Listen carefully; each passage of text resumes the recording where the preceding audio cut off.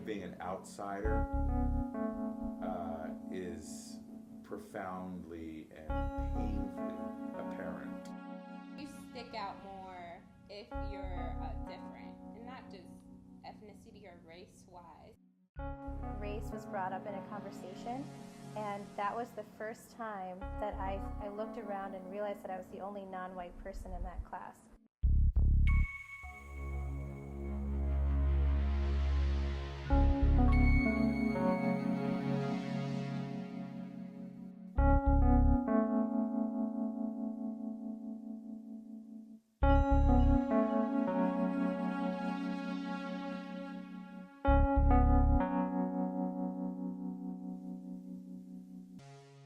We have different pockets all over campus of diverse units or ethnicity.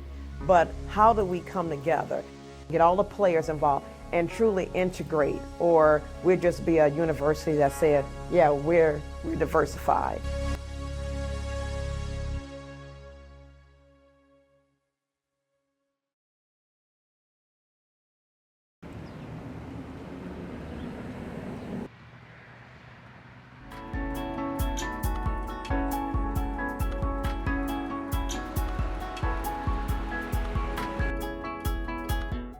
Racial classification and categorization is a present-day reality in the sort of American experience. In many ways, the United States is the greatest experiment in pluralism the world has ever seen.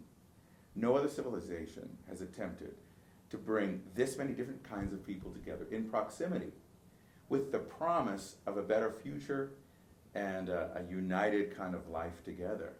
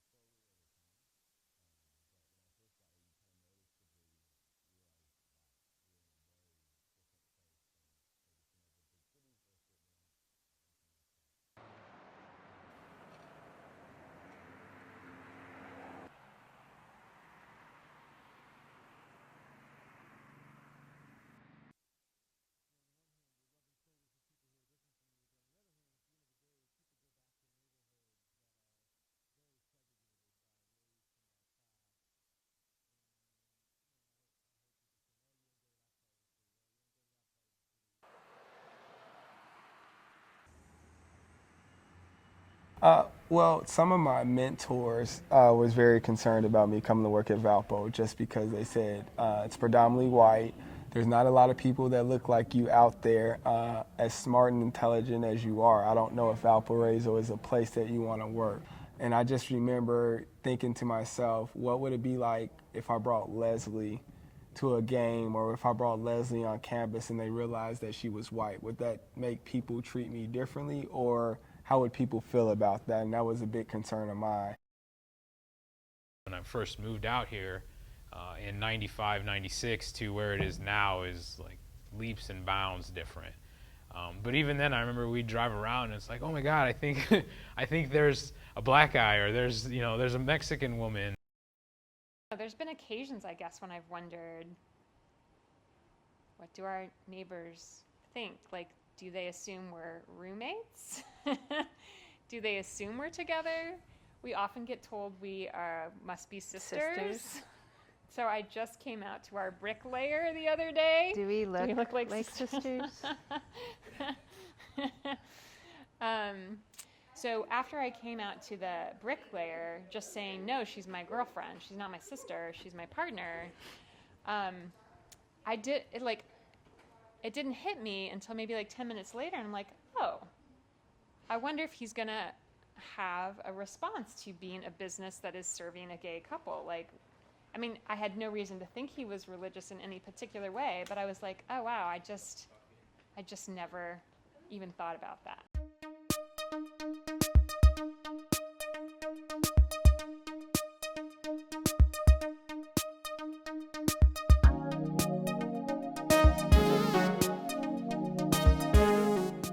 First time I stepped foot on campus, I don't know, it just felt comfortable, felt like a place I can call home.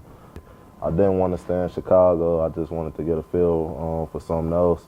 Growing up, I was always like around blacks and African Americans and whatnot, so I wanted to kind of get out of my comfort zone and learn how to work with other people. I came to Valpo because it was close to home, and because the campus, it looked friendly.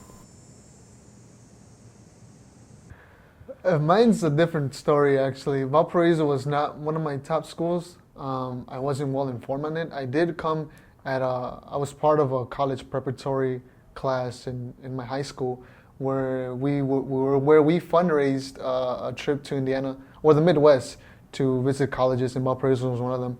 I met a lot of African Americans. We were really cool, but the difference was that location-wise that I didn't feel comfortable with. You know, me coming from a neighborhood that's considered, you know, the hood, and just trying to find someone with the same mentality and something that they can relate to me. It's something I didn't find here in Valpo. I kind of met a lot of people from suburbia. Not that that's a problem, it's just that it was something different, something I wasn't used to. I came here and I just felt more at home. I felt like more comfortable here because the small school environment just, you know, made me feel like, okay, my professors will actually know me, not just by a number in my class, but actually my name and my face. And then I'll be able to find, I felt like I'd be able to find a good group of friends here who, you know, had similar things in common with me, similar experiences. And I remember walking on campus and I'm just standing there and I literally did not see any black people or African American students. And I was thinking to myself, oh my God, and I am the only one on this campus. And part of me just wanted to run and just leave, but I stuck it out. And as I stayed through the day, I saw more African American students. You don't realize the differences until you step to a class, and then most of my classes, I realized, oh, I'm the only black female in here. And then when you go around and where are you from? And I'm from Gary, Indiana, and we all know the stereotypes that people have on Gary. So one girl actually asked me, like, had I ever been shot before? And, oh, it must be a pretty tough city, and etc. So it makes you feel like, okay, these people really don't know you. So then you get that pressure of you have to kind of stand up for not only your race, but the place where you're from, so people realize the stereotypes and statistics aren't the truth. It's about a 24 hours journey from my home country. And I was also feeling anxious about the environment of this institution because I am now competing in the international platform now, because previously I was competing in the domestic platform. And English is not my first language. So I was worried about how I will cope up with this changing environment. And the education system is totally different from my country.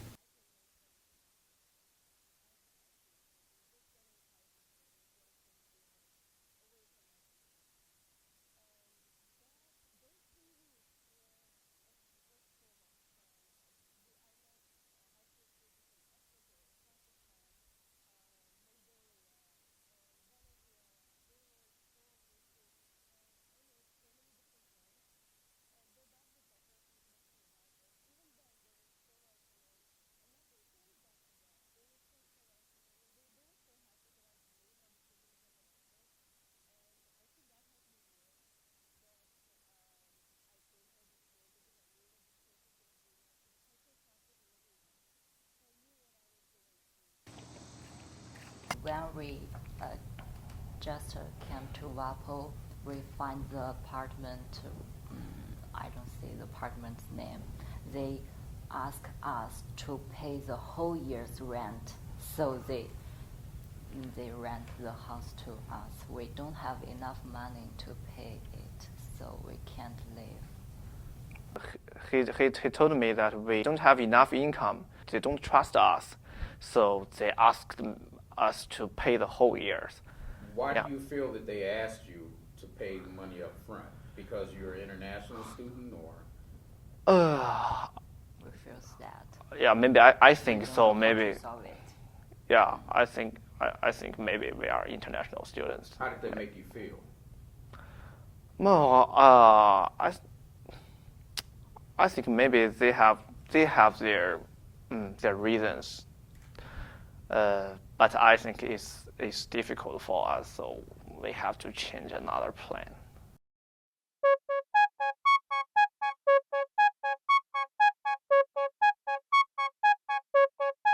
When we saw the opportunity to kind of have family working together, we saw that as a blessing. And when I saw the opportunity of an endowed chair, that's like a gold standard in academic circles. That was a huge opportunity. And when we saw the opportunity to have our son go to school here and play football, Division I football, and for us to kind of be together more, that was part of the opportunity. And when we factored in the reputation of Valparaiso University, which, you know, I know as a Lutheran pastor, Valparaiso has always been on the kind of progressive edge. And so I was excited about all of that. I've lived in probably 6 cities across the U.S., and there's no place where we as a family have experienced as much direct racism and where we as individuals have palpably experienced not being welcome. So the feeling of being an outsider is profoundly and painfully apparent. There was a pickup truck driving down the street, and a woman in the passenger seat yells out, "Hey, Bob, you ain't got no shoes, Bob?" This younger white woman says to our son. And he came back in the house and he says, "Who's Bob?" We kind of looked at each other knowingly, and we said, "Oh, nothing, nobody." It was probably a case of mistaken identity. He was hurt that prejudice and racism is prevalent, that it exists. We first realized, like, this is like a real relationship that we're in. It was like, are we gonna be out? Like, we had to kind of think through it on campus. Like, is this going to be okay? Is it going to jeopardize our jobs? Like, will it impact how students can see us or respect us? And I talked to someone who at the time knew a former faculty from when I was a student, so back in the late 80s, early 90s, who had felt it was completely unsafe for her to come out without losing her job. And I was like, whoa, like, I don't really feel that. I mean, I heard Liz saying that she felt uncomfortable and uncertain. The culture has changed a lot. So I was still, in some ways, living in what Valpo was like in the 90s, and definitely still living in what the city was like to me in those 2 instances, which was not safe. So I think that was a big part of it. A lot of the times, through my experiences here, I've had experiences where, you know, people talk about the student groups in the OMP, and all they like to say is that we're known for having fun. And you want to get educated on Latinos, you go to Live. You want to get educated on black students, you go to Black Student Organization, etc. When in reality, it's more than that, and that intersectionality that we have with each other, with the different organizations that we have on campus. So it's more than just learning about what being a Latino is. It's how does my race play in action with, or share commonalities with, a black student, an Asian student. When I first started, we were called Asian American Association, and it seemed a little bit more inclusive. You know, like, you have to be Asian or Asian American just to be in a group. We have a domestic perspective where people who are of Asian descent have lived in America for all their lives, you know, and they hear about all the stories about their families and what they do, and we try to incorporate that. So there is an international aspect to it, and in a way that we're taking this culture and bringing it here. But also, like, there's a domestic perspective where our experiences is shaped around what our parents say and what they do at home, and how we do it based on, like, how they learn in their culture and how they got passed on to us. We try to reach out to as many people as we can, and we even advertise ourselves as, oh, it's not only for Asian Americans, it's not only for Asians, it's not only for us, it's for anyone who appreciates Asian culture, who wants to get involved and try to educate campus. I would say having a presence on campus is very important for prospective students, because even though I didn't find the actual organization until like a few months after we started school, I knew that we had one, and that's something I looked into when I was looking up schools. I searched out on the school website just to make sure there is a group of people who are like understanding, like, and just like who are advocating for the LGBTQ community. I think that's very important to make sure that we are here and we are having presence, saying that like Valpo cares about the community, and in that sense, when people see us, I hope they see us as a group of students who are supporting, educating, and advocating for the LGBTQ community. That's our mission statement, to support, educate, and advocate for the LGBTQ plus community on campus. And and we do that all sorts of ways. We support in our general meetings and like during social events. We have educational events all year long. And we've also done a lot of advocacy for the queer community on campus. One of the advisors, he just told me like, yeah, you should come to this meeting, and I kind of trusted him. I didn't really know what the meeting was about. He just told me like, yeah, you're gonna have fun, it's gonna be informative. So I showed up. And that was like one of the first times I was in a room where everybody kind of looked like me on Valpo, and that kind of felt good. So like after that, like just coming to that room, that environment where like I can be around a bunch of people like twice a month that looked like me, it kind of felt good. It kind of like made me feel like I was back at home in Chicago.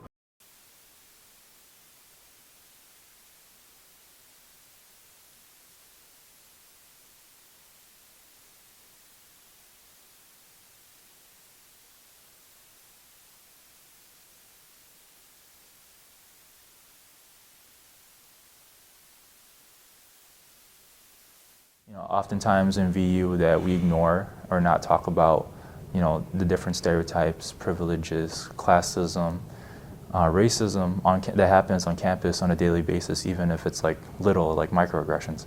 And that's why I wanted to make that event, so that we could pull in all the organization's efforts into one, so that it shows us that we're united, and that it shows us that like that we're open to the different types of discussions, and we're going to be welcoming about it if we do it in a proper manner. And I wanted to start the discussion about like should we judge someone, and then start the discussions on the different stereotypes, the different microaggressions, all that's happening on campus, so that like people start talking about it instead of just ignoring it and push it off to the side. The stories that I done heard from Louise or Vince and Antoine, like you actually get to see life from a different perspective. So that's some things that you wouldn't see all the time in a meeting. And I think it's good that we actually know people from different cultures, and we can get to see the world from their point of view. So I think it's actually cool, like having conversations with them. We're trying to build a community where it's accepting, and you wouldn't be so accepting if you don't actually go for your word and say, yeah, we're diverse because we have this office. You should expand on that. You should say we're diverse because we have a group of students that have a lot to offer, who are not only involved with the office, but also do great academically. Interesting how so I get this feeling a lot that just because you're a person of color of a certain descent, suddenly that makes you an expert of everything that has to do. So people ask me, oh, I've got a question about China. I'm like, I don't know. Or I got a question about Japan. You know anything? Carl, you're Asian. You know anything about that?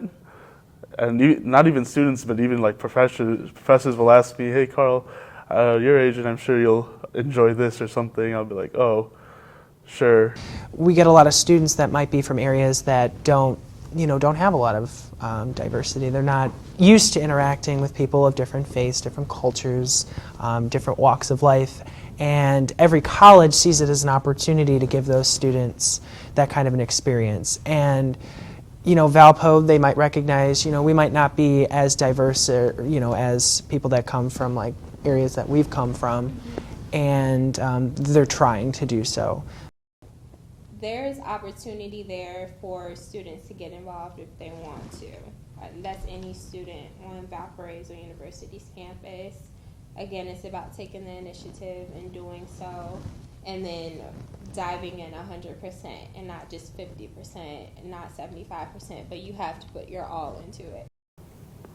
You'll have those people who will go against what we're trying to do, who will see it in a different way, and I believe it's our job to try to convince those people that what we're doing is for the best for the university, and what we're doing here is good. We do a good job at initially inviting people to join us here at campus. It's just making it more inclusive in general and to find ways to cross those barriers. And I think that would make us a better school overall. No one person can know everything that goes on and really appreciate, all the work that different students are doing, because there's just so much. But being in Student Senate, you can see a glimpse of a whole lot that is going on because of the different students that are involved and that come to us. I feel like there's certain individuals and groups that are very conservative, and they don't like to see change, and they see all this. They see like an increased enrollment of colored individuals on campus, and they're gonna complain about it. We can only do so much. I mean, there's others that have to be willing to get on board with us and educate themselves on what the issues actually are and what needs to be done to make a difference or to change things.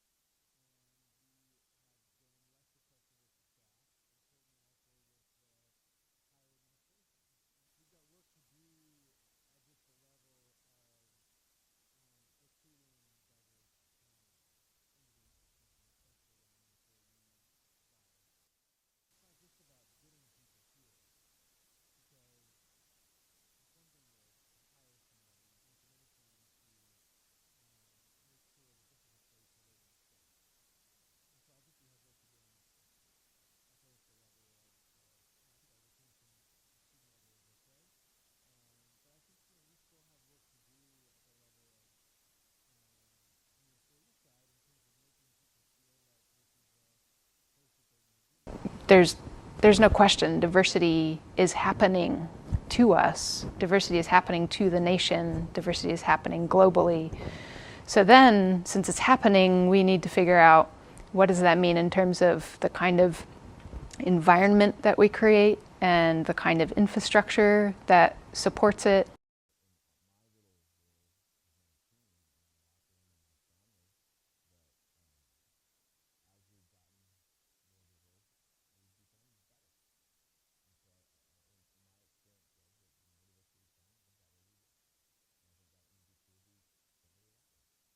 But my thing with diversity is pushing for inclusion.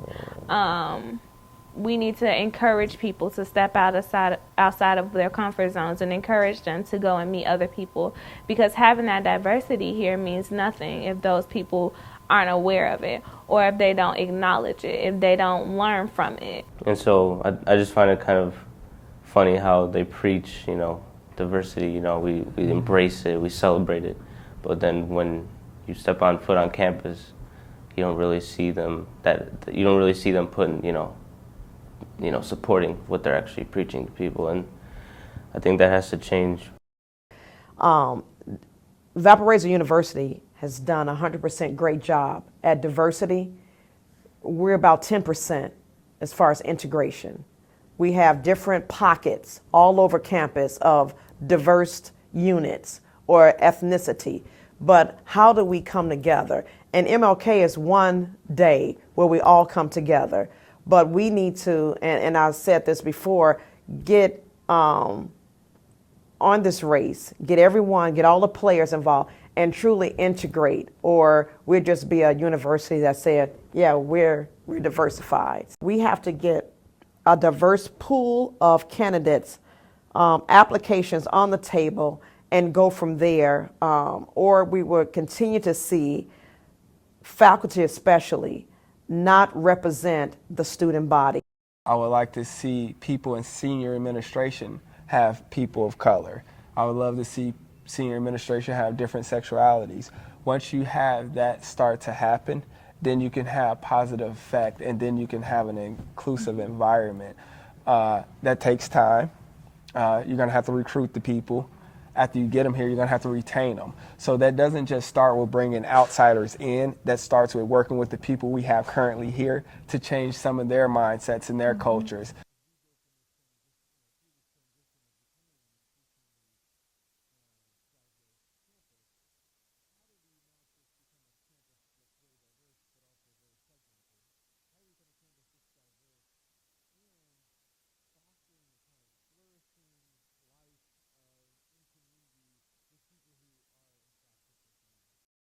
In my view, if we do well by this question, in 5 to 10 years, we will be living out our mission of a university founded in the Lutheran tradition where people of various and diverse backgrounds come and meet and work together. And we will have not lost sight of any of those things, and we will have figured out not only how to think about the fact that the Lutheran Christian identity of this institution is an asset toward diversity, but we will have, I think, maybe equally critical, if not more critical, we will have figured out how to communicate that in a convincing way to people who share none of the antecedent ideas that contribute to that vision. I think Valparaiso is well positioned, the university is well positioned to be a leader, and I think that continuing commitment and continuing investment and continuing intentionality